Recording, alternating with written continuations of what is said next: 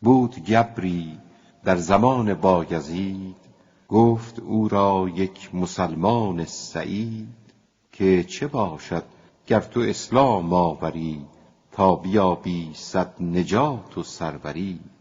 گفت این ایمان اگر هست ای مرید، آن که دارد شیخ عالم بایزید.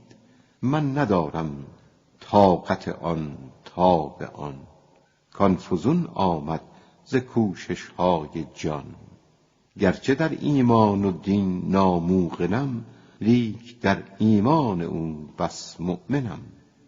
دارم ایمان کان ز جمله برتر است، بس لطیف و با فروغ و با فر است.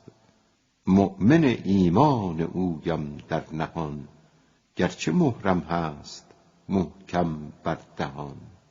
باز ایمان خود گر ایمان شماست، نه بدان میل استم و نه مشتهاست. آن که 100 میلش سوی ایمان بود، چون شما را دید آن فاتر شود. زان که نامی بیند و معنیش نی، چون بیابان را مغازه گفتنی. عشق او زاورد ایمان بفسرد، چون به ایمان شما او بنگرد.